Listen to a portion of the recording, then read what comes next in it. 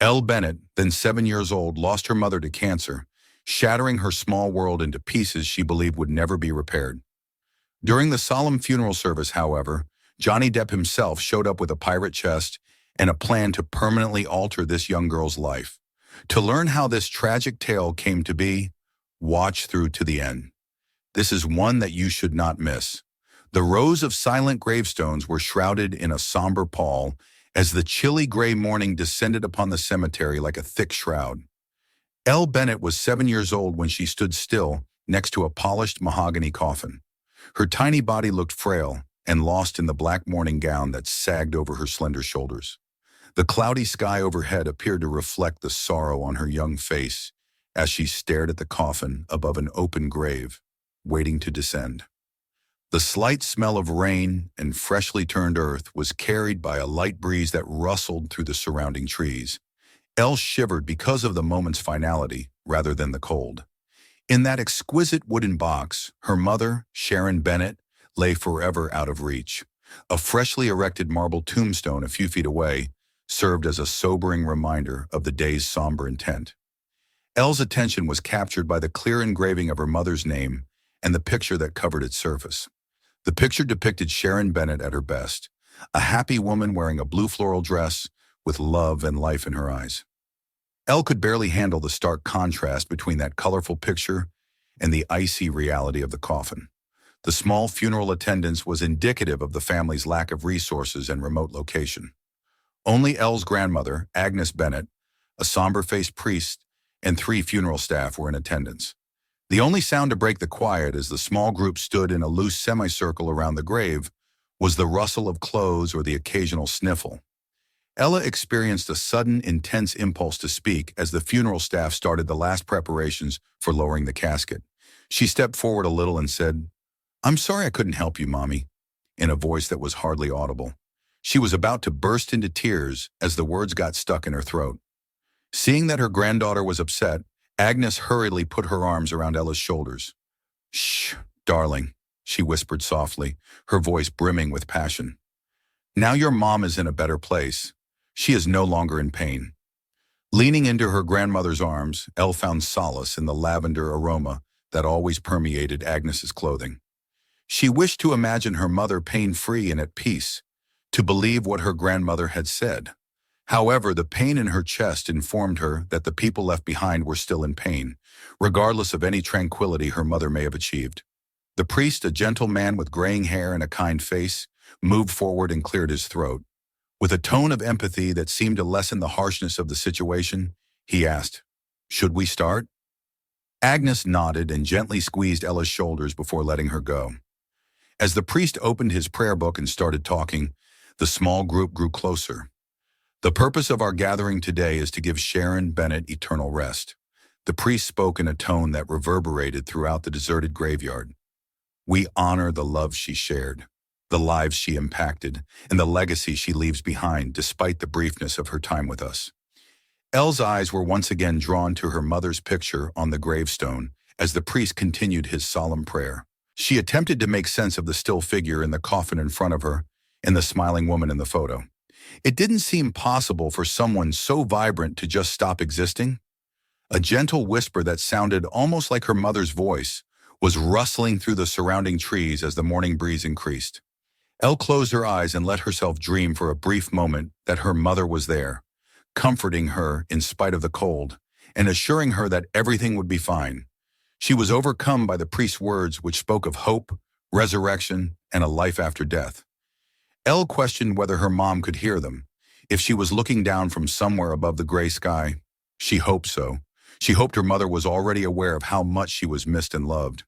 The funeral staff positioned themselves to start lowering the casket as the prayer came to a close. Elle's heart started pounding. It was this, the last farewell. That casket would be real, final, and irrevocable once it vanished into the earth. She wanted to scream and plead with them to stop so she could spend one more moment with her mother, but the words stuck in her throat because she was too young to communicate the depths of her grief. Agnes appeared to be aware of her granddaughter's distress. She put a reassuring hand on Ella's shoulder and gave it a light squeeze. She whispered, "It's okay to cry, sweetheart. Your mom would comprehend." As Ella nodded, she could feel the first hot tears streaming down her face. She allowed them to fall freely as a symbol of her love and loss, rather than attempting to remove them. In a final benediction, the priest's voice rose, pleading with God to grant Sharon's soul peace and solace to those who remained. There was a thick silence over the little group as his words vanished into the still morning air. Something unexpected happened during this time of silent introspection, something that would alter the day's trajectory and, in fact, the lives of those in attendance. A flurry of whispers from the funeral staff abruptly broke the stillness that had descended upon the cemetery. Their faces were marked with looks of bewilderment and incredulity as their gazes remained focused on something outside the grave. Despite her sadness, Elle was intrigued and looked to see what had caught their eye. She noticed a figure approaching, and her eyes widened in surprise.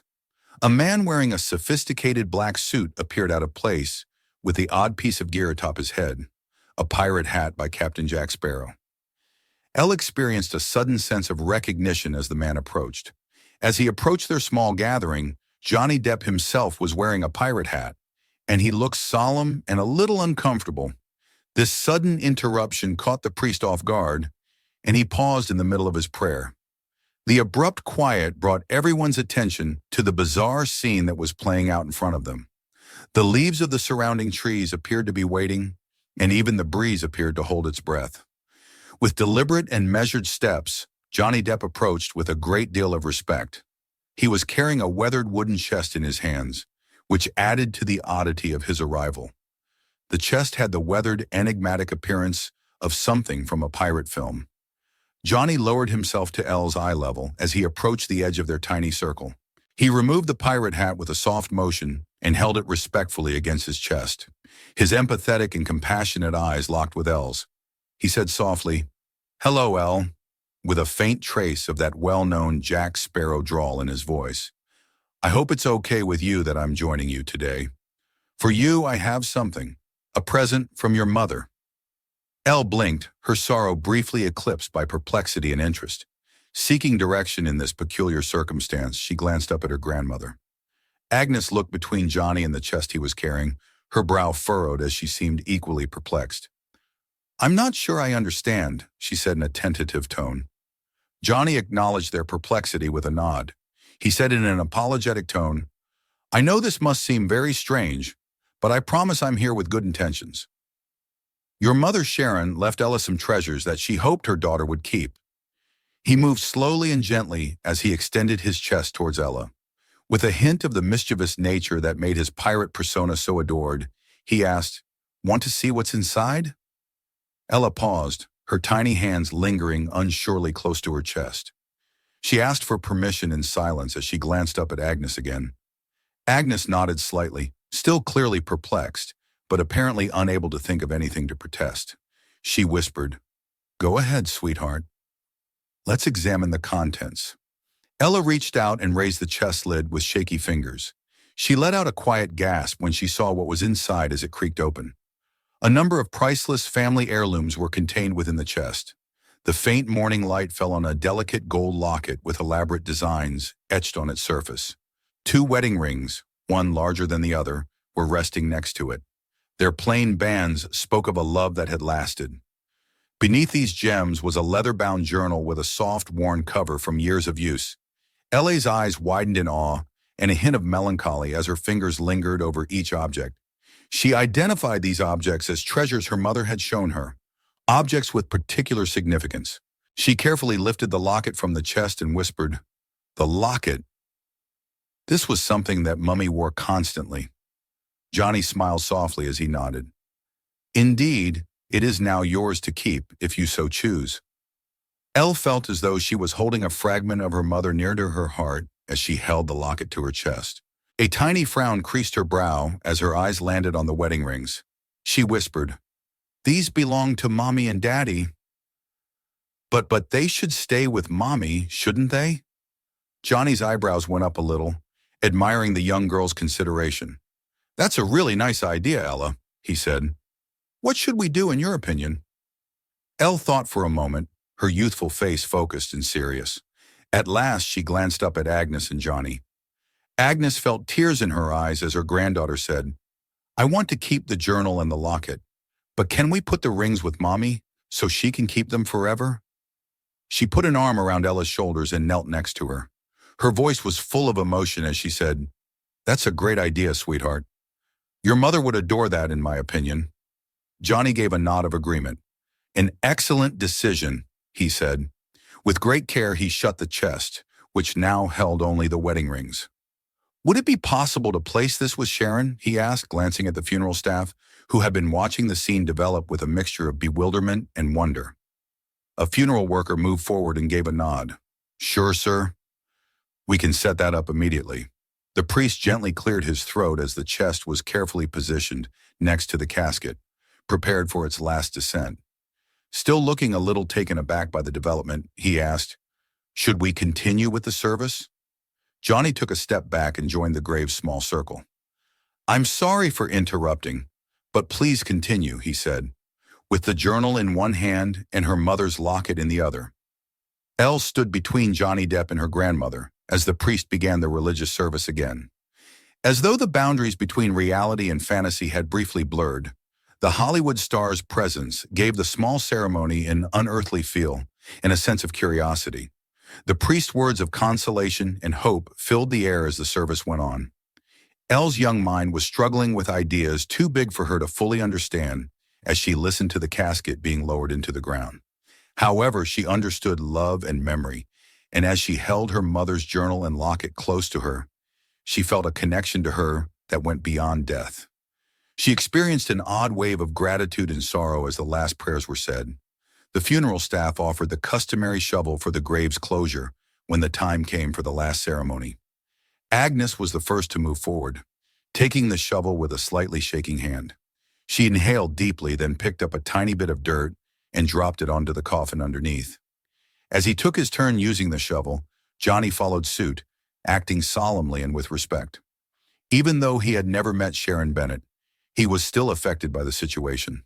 The quiet cemetery seemed to reverberate with the gentle thud of wood against earth. It was Elle's turn at last. Beside her, Agnes knelt, and the two of them gripped the shovel. Elle gripped firmly as they lifted a scoop of dirt together, despite the fact that her grandmother's hands were much larger than her own. As they tipped the shovel and watched the earth fall, Elle muttered, "Goodbye, Mommy. I cherish you." The group felt a sense of finality as the ritual came to an end, with the last of the earth falling. Following the priest's final words of consolation, the funeral staff quietly and efficiently started packing up their supplies. Before leaving the cemetery, they went up to Agnes and Ella one by one and offered their silent condolences. The priest left last, stopping briefly to put a consoling hand on Agnes' shoulder before continuing on his way. Subsequently, only 3 individuals remained: Ella, Agnes, and Johnny Depp. They assembled near the newly dug grave in the dim gray light of the early morning. The departure of the others signified a shift from the formal mourning ceremony to a more intimate phase of mourning. As they remained there, the gravity of the situation appeared to press more profoundly upon Ella's tender shoulders.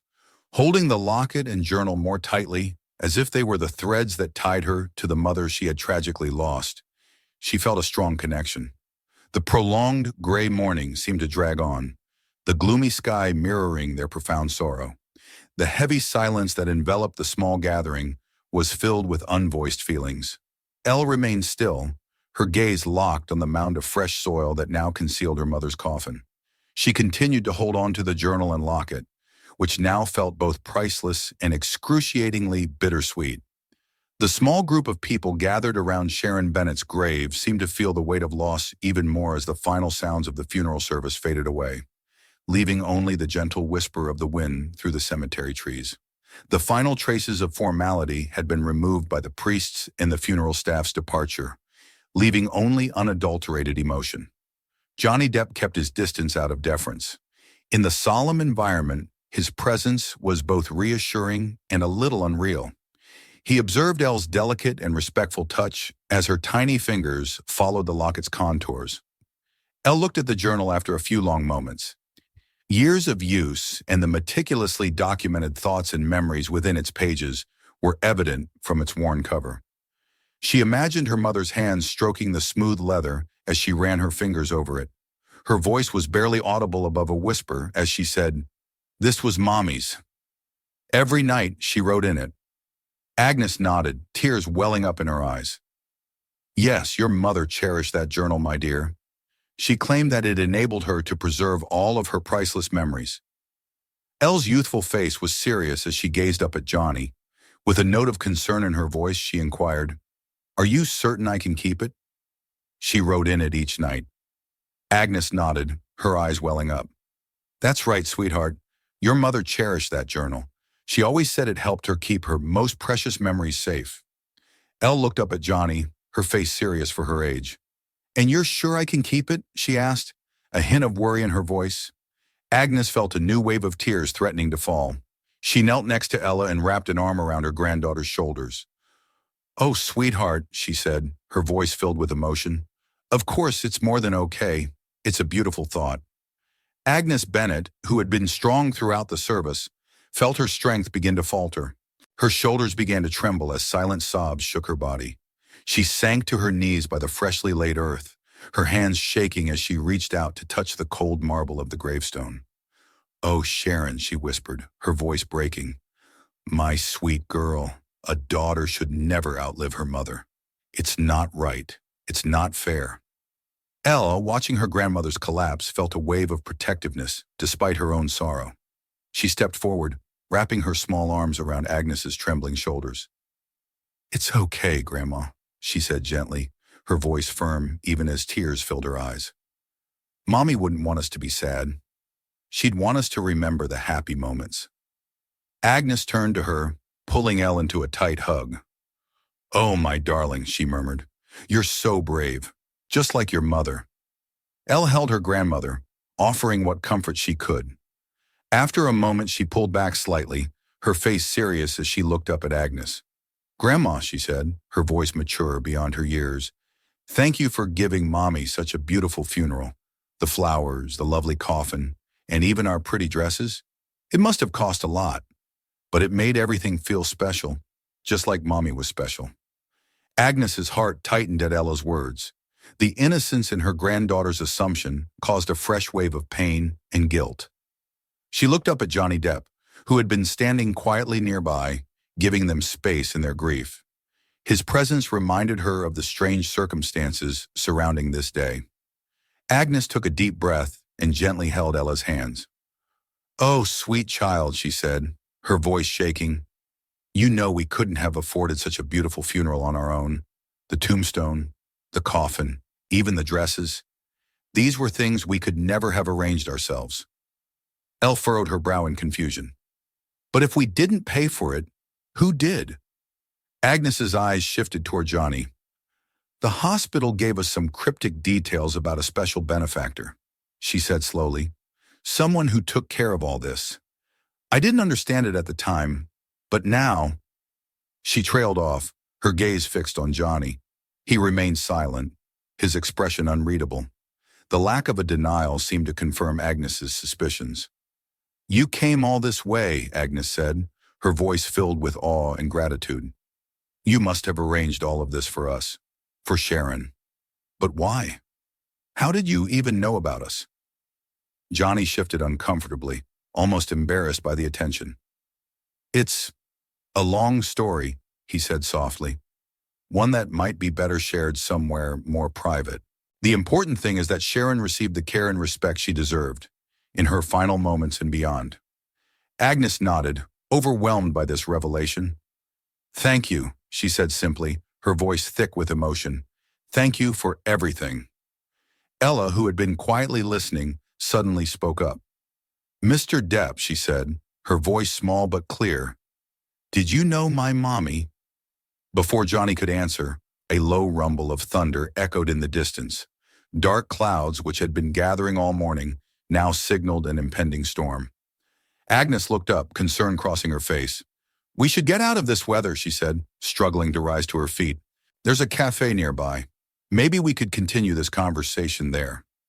Ella clutched the journal tightly to her chest at the mention of rain, protective of this precious memento of her mother. Johnny noticed and nodded in agreement. "Actually," he said softly, "if it's okay with you, Maybe we could talk at your home instead. It might be more private, and I'm sure Ella would feel better having her mother's belongings safely inside." Agnes paused for a moment, clearly conflicted. She opened her mouth, seemingly about to protest, but before she could speak, the first heavy raindrops began to fall. "All right," she agreed quickly. "Let's hurry to the car before we get drenched." As they hurried toward the cemetery exit, Elle kept her mother's journal and locket securely under her coat, while the rain began to pour. The gray morning had given way to a stormy afternoon, echoing the emotional turmoil of the day. Johnny led them to his car, a modest sedan rather than the expected limousine of a Hollywood star.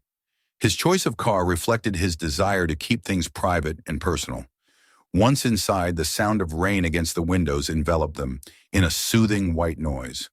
Through the rearview mirror, Johnny noticed Elle carefully examining her mother's locket, her small fingers tracing its intricate design. The ride was mostly quiet, each person lost in their own thoughts. Elle continued to study her mother's belongings, while Agnes stared out the window, clearly struggling with the unexpected events of the day. As they neared their destination, Elle's curiosity got the better of her. She opened the locket only to find it empty, with no photos inside its delicate frame. Yet her fingers recognized the familiar texture, reassuring her of its authenticity from when her mother had shown it to her. "It's empty," she said softly, a hint of disappointment in her voice. Agnes turned to her, offering a sad smile. "Your mother always said she was waiting for the perfect photo to put in there," she explained kindly. "I suppose now you can decide what to put inside," she added. Elle nodded, solemnly closing the locket and holding it close to her heart. As the car turned onto their street, the weight of their situation seemed to dawn on Agnes. She straightened in her seat, an embarrassed expression crossing her face. "Mr. Depp," she began hesitantly, "I should warn you, our home, it's not—" Her words trailed off as they arrived at a modest, single-story house that clearly showed signs of wear. The garden was dry and barren, the paint on the walls had peeled, and the wood looked weathered. Agnes flushed with embarrassment. "I'm so sorry," she apologized quickly. "Our garage door has been broken for months, and we haven't been able to fix it. You'll have to park outside." Johnny's tone was calm and reassuring. "Not a problem at all, Mrs. Bennett. Please don't worry about it." As the car stopped, the rain continued to fall heavily. Johnny gestured for Agnes and Elle to wait. Despite the downpour, he insisted on showing proper courtesy. He stepped out of the car, retrieved an umbrella from his trunk, and carefully escorted Agnes and then Elle to the front door, shielding them from the rain. It was a small act, but one that spoke volumes about his character and his genuine desire to help. As Agnes fumbled with the keys, her hands trembling from the cold and emotion, Elle looked up at Johnny with wide, serious eyes. "Thank you for bringing us home, Mr. Depp," she said solemnly. "Would you like to come inside? Grandma makes really good tea." Agnes hesitated for a moment, key in hand, and turned to Johnny with a mix of embarrassment and hesitant hospitality. "Yes, of course," she said quickly. "Please come in out of this dreadful weather. It's the least we can do to thank you for everything." Johnny nodded with a gentle smile. "I'd be honored," he replied simply. As Agnes opened the front door, the inside of the Bennett home revealed the stark reality of their situation. The living room and kitchen were nearly empty, lacking the furniture and comforts one might expect in a family home.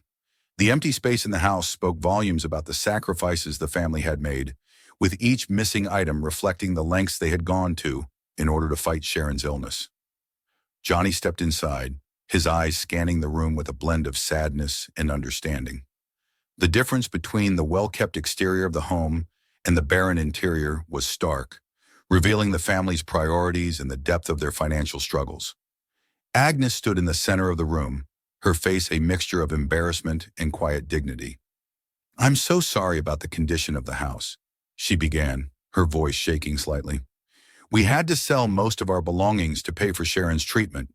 It's been a gradual process, each item sold in hopes of helping her recover." Ellie, seemingly unfazed by the emptiness of the house, sat cross-legged on the worn but clean carpet. She patted the space beside her, offering Johnny a warm smile. "You can sit here, Mr. Depp," she said. "We don't have a sofa anymore, but the floor's comfy." Johnny's heart tightened at the child's easy acceptance of their circumstances. He nodded and carefully sat next to Ella. "Thank you," he said softly. "This is perfect." Agnes, still uncomfortable with the situation, straightened up. "Please, let me at least offer you some tea," she insisted, her desire to be hospitable overcoming her embarrassment. "It's the least I can do to thank you for your kindness." Before Johnny could respond, Agnes disappeared into the kitchen. The quiet house was filled with the sounds of cabinets opening and closing, followed by the whistle of a kettle. When she returned, she had a tray with 3 mismatched cups, 2 plastic and 1 chipped ceramic, that she handed to Johnny with a look of concern, trying to maintain some sense of normalcy. "I'm afraid we don't have much to offer," Agnes apologized, "but at least the tea is hot." Johnny took the chipped cup with a grateful smile. "It's perfect, Mrs. Bennet. Thank you." As Agnes sat down on the floor with them, completing the small circle, a moment of awkward silence fell over the group. The sound of rain hitting the windows seemed to reflect the weight of their situation. Ella, unburdened by adult social rules, broke the silence. "Mr. Depp," she said, her voice curious, "how did you know my mummy? Did you meet her at the hospital?" Johnny placed his teacup down, thinking carefully before responding. "Well, Ella," he began gently, "the truth is, I didn't know your mummy personally, but I learned about her and your family in an unexpected way." Agnes leaned forward, intrigued. "Yes, I've been wondering the same thing," she admitted. "How did you get involved with us? And why would you go to such lengths for strangers?" Johnny took a deep breath, his eyes shifting between Agnes and Ella. "It started a few weeks ago," he said. "I was visiting a friend at the hospital. He'd had a minor accident on a film set. While I was there, I overheard some of the staff talking about a patient, your mother Sharon, and the difficult situation her family was facing." Ella's eyes widened. "They were talking about us?" Johnny nodded. "Yes, they were. They seem really concerned about your mother's condition and the financial strain it was putting on your family. It really touched me. I couldn't stop thinking about it, even after I left the hospital." Agnes furrowed her brow. "But surely with patient confidentiality." Johnny quickly agreed. "You're right. They shouldn't have been talking about it where others could hear, but I'm glad they did because it gave me the chance to help. I spoke with the hospital administration, learned what I could about your situation while respecting privacy laws, and then I decided to do whatever I could to help ease your burden." He paused, his expression serious. "I hope I haven't overstepped or made you uncomfortable in any way. I know it must seem strange having a stranger get involved in your personal matters." Agnes shook her head, tears filling her eyes. "Offended? No, not at all. You've shown us such kindness. We're so grateful for your generosity. I don't understand why. Why would you do so much for people you've never met?" Johnny's eyes softened as he answered, "Because sometimes, Mrs. Bennet, we're given opportunities to make a difference. When I heard about your struggle, about Sharon's fight with cancer, I couldn't just walk away. I had the means to help, so I did. It's that simple," he added. Ella, who had been listening closely, spoke up. "Did you know my mommy had cancer?" she asked quietly. "We didn't have enough money to make her better." Her innocent question hung heavily in the air. Agnes inhaled sharply, her face showing pain. Johnny turned to her, silently seeking permission to respond. Agnes nodded slowly, gathering her composure. "Ellie, sweetheart," she began, her voice shaking. "Your mother's story is hard to hear, but I think it's time you knew the truth." As Agnes prepared to share Sharon's journey with cancer, the rain outside intensified, adding a somber tone to the moment inside the Bennet home. Johnny leaned in slightly, offering a supportive look. "Mrs. Bennet, if you're ready, I'd really like to hear Sharon's full story," he said gently. Agnes nodded and took a deep breath. Ella moved closer to her grandmother, sensing the seriousness of the moment. The room fell silent except for the rain tapping against the windows, creating a somber soundtrack for the story about to unfold. "It all began 2 years ago," Agnes whispered. "Sharon had been feeling unwell for a while, tired, in pain, but she couldn't explain it. We thought it was just stress from work and looking after Ella, but when the symptoms didn't go away, she finally agreed to see a doctor." Ella reached for her grandmother's hand, offering silent comfort. Agnes squeezed it before continuing. The doctor ordered tests, and that's when we got the heartbreaking news. Ovarian cancer. It was already in stage 2 when they found it. Agnes's voice quivered as she recalled the painful day. Sharon, she was so brave. When they told her, she didn't think about herself but about you, Ellie. Johnny nodded sympathetically, his eyes filled with understanding. That must have been incredibly difficult for all of you, he said softly. Agnes agreed. It was, but the real struggle started after. Our financial situation was already tight. Sharon's income barely covered our bills, and when it came to cancer treatment, she trailed off, shaking her head. Ella spoke again, her voice filled with concern. So, it's true Mommy died because we didn't have enough money? Her question, innocent yet heavy, made Agnes's heart ache. She turned to Johnny for strength before responding. Oh, sweetheart, Agnes began, her voice thick with emotion. Your mother was torn between using the money for her treatment or for your education.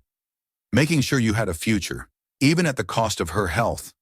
Johnny furrowed his brow, concerned. Surely there were assistance programs available? He asked gently. Agnes nodded. We tried. Sharon and I spent countless hours applying for financial help, but everything moved slowly. Bureaucratic delays. Months went by while Sharon's condition got worse. She paused, taking a sip of her now cold tea. When we finally got approval, we found out that there were only a few slots for the subsidized surgery that year. We had no choice but to wait. Ella's eyes widened with understanding. Is that why Mommy got sicker? Because we had to wait? Agnes nodded sadly. Yes, darling. By the time a slot became available, the cancer had spread aggressively. It had been a year since Sharon was diagnosed, and her health had worsened. Johnny leaned forward, piecing together the timeline. The surgery was just 2 days ago, right? He asked quietly. Agnes nodded, tears streaming down her face. Yes, darling. Sharon had the surgery, but she didn't make it. She fought so hard, but it was too late. A heavy silence filled the room as the reality of Sharon's battle sank in. Ella leaned into her grandmother, sobbing silently. Johnny sat motionless, eyes glistening with unshed tears. He traced his finger along the rim of his cup before asking, his voice soft yet probing, Mrs. Bennett, if you don't mind me asking, why did you sell all your belongings while waiting for the surgery slot? Agnes's face crumpled at the question. Oh, Mr. Depp, she said, voice breaking. The last 6 months, they were hell. Sharon became too sick to work as the cancer spread faster. She had to leave her job. We were left with no income, growing debts, and she paused, clearly struggling to express what she was about to say. And what, Mrs. Bennett? Johnny asked gently. Agnes took a deep, shaky breath. We took out private loans to cover our expenses while waiting for the surgery.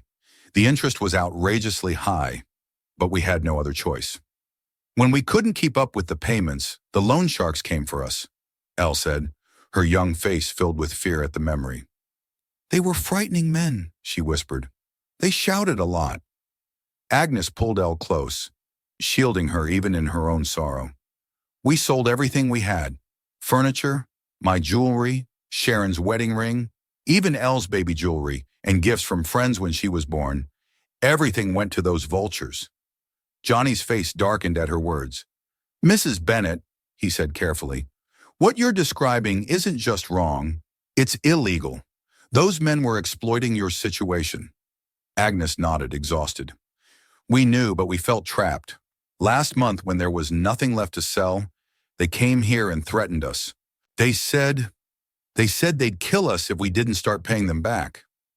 Elle whimpered softly at the memory, drawing closer to her grandmother. Agnes gently stroked her hair as she went on.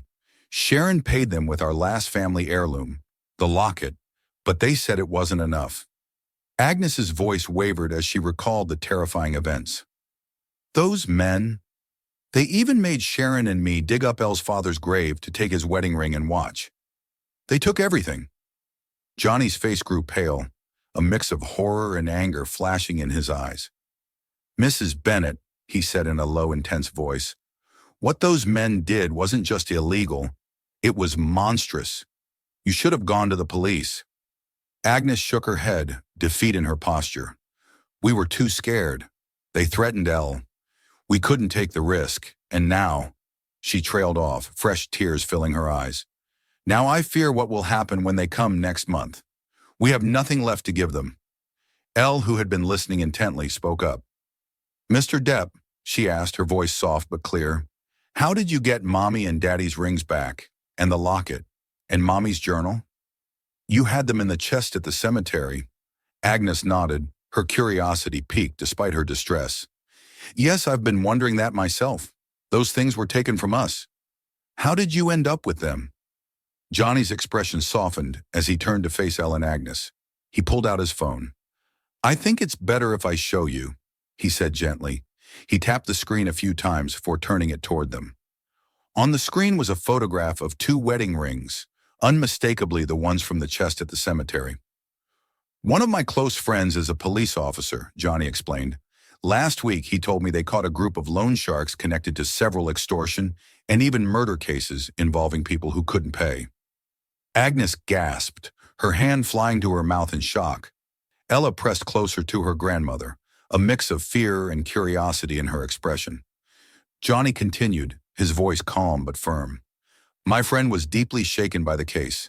He shared some details with me, along with these pictures. He swiped to another image, this time showing a group of men in handcuffs being escorted by police. Agnes leaned forward, her eyes wide as she recognized them. That's them, she whispered, her voice shaking. Those are the men who threatened us. Elle nodded, pointing at one of the men in the picture. That's the scary man with the loud voice, she said softly. Johnny nodded solemnly. I'm so sorry you had to endure that, he said, his voice filled with genuine sympathy. But I want you to know, these men can't hurt you anymore. They're in custody now, facing serious charges. He swiped to another image, this one showing a large organized locker filled with various items. The police found this when they raided the loan sharks' hideout, he explained. It seems they were keeping stolen items as souvenirs. Agnes closed her eyes, disgust crossing her face. Despite the seriousness of the situation, Elle leaned forward to take a closer look at the image. Johnny focused on a specific area of the locker. Look here, he said quietly. There's a tray marked Sharon Bennett. That's where your family's things were found. Elle's eyes widened in disbelief. Our belongings were there, she asked, her voice filled with a mixture of surprise and hope. Johnny nodded. Yes, they were. When I discovered 2 days ago that the deceased patient in the hospital was named Sharon Bennett, I wondered if she could be the same person whose things were in that tray. I reached out to my friend. After confirming it was indeed your mother, I asked for his help in returning at least her wedding rings and the locket to you. Agnes looked up, her eyes filled with tears. You did that for us? She asked, her voice barely audible. Johnny smiled gently. It was the least I could do. My friend confirmed that they had already cataloged the evidence and were just holding on to the items. He also gave me your mother's journal, which the men had stolen, Johnny continued. Ellsbro looked confused. I didn't know they took Mommy's journal, she said. Agnes nodded slowly. I remember Sharon looking for it, but with everything else going on, I didn't pay much attention to it at the time. Johnny's face grew thoughtful. It's possible the men were searching for important information in the journal, he suggested. That might be why they took it with the other items. Elle held the journal tighter, as if guarding it. Can we get our other things back too? She asked hopefully. Johnny's expression softened at her innocent question. That's a good question, Ellie, he said kindly. The process for recovering confiscated items can be complicated, but I'll gladly help you navigate the legal steps. We'll do our best to retrieve as many of your family's belongings as we can. Agnes took Johnny's hand, her voice full of emotion. Mr. Depp, I don't know how we can ever thank you for everything you've done. You've given us back pieces of Sharon we thought were lost forever. Johnny gave her hand a reassuring squeeze. There's no need to thank me, Mrs. Bennett. I'm just glad I could help in some small way. Please call me Johnny. As the weight of these revelations filled the room, the rain outside seemed to lessen, as if nature itself recognized the change in the Bennett family's situation. The storm that had brought them together was finally easing, much like the dark cloud that had loomed over their lives. Ella, her face serious for someone so young, looked up at Johnny. "What happens now?" she asked, her voice soft but steady. Johnny smiled gently at her. "Now, Elle, we start healing and rebuilding. Your mother's memory will live on through you and the treasures she left behind. And I promise you, I'll do whatever I can to help you and your grandmother move forward." Agnes nodded gratefully, wiping away her tears. None of them could have anticipated the unexpected turns their conversation would take next. Nor could they have predicted how Sharon Bennett's legacy would continue to impact lives beyond their own. As the weight of their words settled, Elle suddenly stood up, her face a mixture of sorrow and determination. She walked to the window, gazing out at the rain-soaked street. The storm had become a light shower, reflecting the emotional calm slowly settling in the Bennett home. Agnes watched her granddaughter, her own grief momentarily replaced by concern for the child who had already lost so much. "Ella, sweetheart," Agnes called softly. "Are you all right?" Ella turned back toward the room, her eyes meeting Johnny's. "Mr. Depp," she began, her voice small but clear. "Can I ask you something?" Johnny nodded warmly. "Of course, Elle. What's on your mind?" Elle took a deep breath, gathering her courage. "Our neighbor, Mr. Tillman, he's sick too, like Mommy was. Do you think you could help him too?" Agnes gasped, surprised by her granddaughter's request. "Oh, Elle," she murmured. "That's so thoughtful of you to think of Mr. Tillman at a time like this." Johnny's expression softened, clearly touched by the child's compassion. "That's incredibly kind of you to think of others, Ella," he said gently. "Can you tell me more about Mr. Tillman?" Johnny asked. Elle nodded, speaking quickly. "He lives next door. He used to give me candy when I'd help him with his garden. But now he's in a wheelchair, and he looks so tired all the time. I heard Grandma say he has cancer too, but he can't afford the treatments." Agnes confirmed Ella's words. "Yes, A.E. Robert Tillman," she explained to Johnny. "He's been our neighbor for years. A kind man, always willing to help. He was diagnosed with pancreatic cancer about 6 months ago. His situation is not unlike what Sharon went through." Johnny listened carefully, his expression thoughtful. After a moment he spoke, his voice steady. "Elle, I think your mother would be very proud of you for thinking of others, even during such a difficult time. Yes, I'd like to help Mr. Tillman if I can." Elle's face brightened with hope. "Really, you'll help him?" Johnny smiled. "I'd certainly like to try," he said. "I think it would be a fitting way to honor your mother's memory. What do you think?" Agnes took Elle's hand, a soft smile on her face. "I think that's a wonderful idea," she said. "Sharon always said kindness should be passed on. This would be a beautiful way to continue her legacy." Elle nodded eagerly, a spark of life returning to her eyes. "Can we go see Mr. Tillman now?" she asked excitedly. "To tell him the good news?" Agnes hesitated, glancing at the light rain outside. "I'm not sure if now's the best time, sweetheart.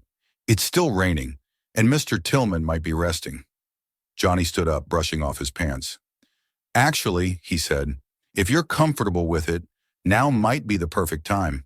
Sometimes hope is the best medicine, and it seems like Mr. Tillman could really use some hope right now." Agnes thought for a moment and then nodded. "You're right," she said, standing up. "If you're willing, Mr. Depp, then yes, let's go check on Robert." They prepared to leave, with Elle carefully placing her mother's journal and locket on a shelf, vowing silently to keep them safe. The trio stepped outside, Johnny once again offering his umbrella to shield Agnes and Elle from the light rain. They walked a short distance to Mr. Tillman's house, the damp grass squelching beneath their shoes. As they neared the front door, Agnes turned to Johnny. "I should warn you," she said softly.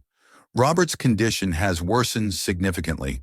It may be, quite a shock." Johnny nodded solemnly. "I understand. Thank you for letting me know." Agnes gently knocked on the door. Moments later, the hum of an electric wheelchair echoed from inside. The door opened, revealing Robert Tillman, his frail features a stark contrast to the vibrant man Ella remembered from her childhood. His eyes widened with surprise as he saw the group standing at his doorstep. His neighbors and, shockingly, a world-famous actor. "Agnes, Elle," he murmured, his voice weak and laced with confusion. "What's going on? And is that Johnny Depp?" Agnes stepped forward, her tone gentle. "Hello, Robert. Yes, it's us. And yes, this is Johnny Depp. We have something important to talk about. May we come in? Still bewildered, Mr. Tillman nodded and reversed his wheelchair to make space for them. His modest home bore signs of financial hardship. Medical equipment crowded the living room, and a stack of unpaid bills sat on a nearby table. As everyone settled in, Mr. Tillman glanced between his visitors, trying to piece together the situation. "I don't understand," he said faintly. "What's this all about?" Agnes inhaled deeply, preparing to explain, but Elle stepped forward instead. Her young face was firm and resolute. "Mr. Tillman," she began, her voice clear, "we came to tell you that you're going to get help, the help my mommy should have had." Turning to Johnny, she continued, "Mr. Depp is going to help you fight your cancer." Mr. Tillman's eyes widened as he shifted his gaze to Johnny, disbelief evident. What? Is this true?" Johnny leaned forward, his expression kind but serious. "Mr. Tillman," he said, "I only recently learned about your situation, but if you're open to it, I'd like to help. In honor of Sharon Bennett's memory and moved by her daughter's compassion, I want to ensure you receive the treatment you need." Tears filled Mr. Tillman's eyes as he grasped the gravity of the offer. I don't know what to say," he whispered. "This is more than I ever dreamed of. It feels like waking up from a dream. No, better than dreams." Johnny's voice, soft yet purposeful, broke the silence. "I've been thinking about Sharon, about Elle, about you, Mr. Tillman, and about all the others who face similar struggles. And I've come to a decision." All eyes turned toward him, anticipation written on their faces. "I want to establish a charity," Johnny continued, his determination growing as he spoke. "A foundation dedicated to helping cancer patients in poverty. People like Sharon and Mr. Tillman, those trapped between the overwhelming cost of treatment and the basic needs of daily life." Agnes gasped, her hand flying to her mouth in astonishment. Mr. Tillman leaned forward in his wheelchair, wide-eyed. But it was Elle who broke the silence, her voice filled with excitement. "A charity? Like the ones Mommy used to donate to when we had extra money?" Johnny smiled at her. "Exactly, Elle. But this one will be special. It'll honor your mother and the kindness and compassion she always showed." Turning to Mr. Tillman, Johnny added, "If you're willing, I'd like you to be the charity's first beneficiary. Your story, your struggle, and your hope can inspire others and drive the foundation's mission." Overwhelmed, Mr. Tillman's voice trembled. I don't know what to say. This is more than I could have ever imagined. Of course I'm willing. If my story can help others, I want to share it." Agnes, who had been listening in awe, finally found her voice. "Johnny," she said, her tone a mix of gratitude and disbelief, "this is incredible. But are you sure? Starting a charity is no small task." Johnny nodded firmly. "I'm sure, Mrs. Bennett. I have the resources and connections to make it happen. More importantly, I have the motivation. Sharon's story, Elle's compassion, and Mr. Tillman's struggle. They've shown me how urgent this is." Elle, who had been listening intently, spoke up again. "Mr. Tillman," she said, her young face serious, "Mommy would be so happy to know she's helping you get better. And now she'll be helping lots of other people, too." Mr. Tillman reached out, gently patting Ella's hand. "You're right, Ella," he said, his voice thick with emotion. "And you should know you played a big part in this. If it weren't for you asking Mr. Depp to help, none of this would have happened. Your mother would be so proud of you." Elle's eyes widened, a mix of surprise and pride lighting up her face. She glanced at Johnny and then at her grandmother. "Really?" she asked softly. "I helped?" Agnes knelt beside her granddaughter, wrapping her in a warm hug. "You did, sweetheart," she said, her voice brimming with love. "Your kindness and big heart. That's your mother's legacy living on through you." Johnny, sensing the intensity of the moment, quietly excused himself. "If you'll excuse me," he said gently, "I need to make a few calls to get this started." As Johnny stepped outside, the energy in Mr. Tillman's living room shifted. A day that had begun in sorrow had transformed into the birth of something extraordinary. A mission to change lives. Outside, Johnny called his assistant, detailing his vision for the charity and setting the first steps in motion. Legal frameworks, funding arrangements, and collaborations with hospitals, All of these needed to be established swiftly. Ending the call, Johnny paused momentarily, glancing back at the house where Ella, Agnes, and Mr. Tillman waited. His thoughts drifted to Sharon Bennett, a woman he had never met, but whose story had deeply moved him. He reflected on the countless others facing similar struggles, caught between hope and despair. With renewed determination, he made another call, this time to his friend David in the police force. "David," he said as soon as the call connected, "it's Johnny. I need a favor. It's about Sharon Bennett and her family." As Johnny explained the situation and sought guidance on reclaiming the confiscated items, he felt a profound sense of purpose. The simple mahogany casket and marble headstone at the cemetery were no longer just markers of a life lost. They had become the foundation for a living legacy, one that could bring hope to many. Inside the house, Johnny entered to find Elle seated between her grandmother and Mr. Tillman. Her young face reflected a blend of emotions, grief for her mother, hope for Mr. Tillman, and a growing realization of how one act of kindness could ripple outward. Agnes rose from her seat as Johnny walked in, reaching for his hand with a gesture of heartfelt gratitude. "Mr. Depp." "Johnny," she corrected herself, her voice trembling. "I don't know how we can ever thank you for everything you've done. You've given us back pieces of Sharon we thought we'd lost forever, and now you're giving Robert hope. It's overwhelming." Johnny gently squeezed her hand. "There's no need to thank me, Mrs. Bennett. I'm just glad I could help." Turning toward Mr. Tillman, he added, "I've spoken to my assistant about arranging the treatment you need. I have some contacts at hospitals specializing in cancer care. With your permission, I'd like to help. My assistant will get in touch with you tomorrow to go over the details." Mr. Tillman nodded, his eyes shining with hope for the first time in months. "Yes, please. I can't believe this is happening. It's like Sharon is still watching over us." Elle's lips curled into a small, genuine smile that lit up her face. "Mummy always said we should help our neighbors," she said softly. "I think she'd be happy we're helping Mr. Tillman." As the afternoon sun broke fully through the clouds, bathing Mr. Tillman's living room in warm light, it felt like a new chapter was beginning, not just for those in that small house, but for countless others who would be touched by Sharon Bennett's legacy and the compassion of a little girl named Ella. What began as a lonely funeral was blossoming into something far greater, a story of hope, community, and the enduring power of kindness. As Johnny Depp re-entered the house, ready to discuss the next steps in their journey, it was evident that this was only the start of a much larger story, one that would unfold in ways none of them could yet foresee.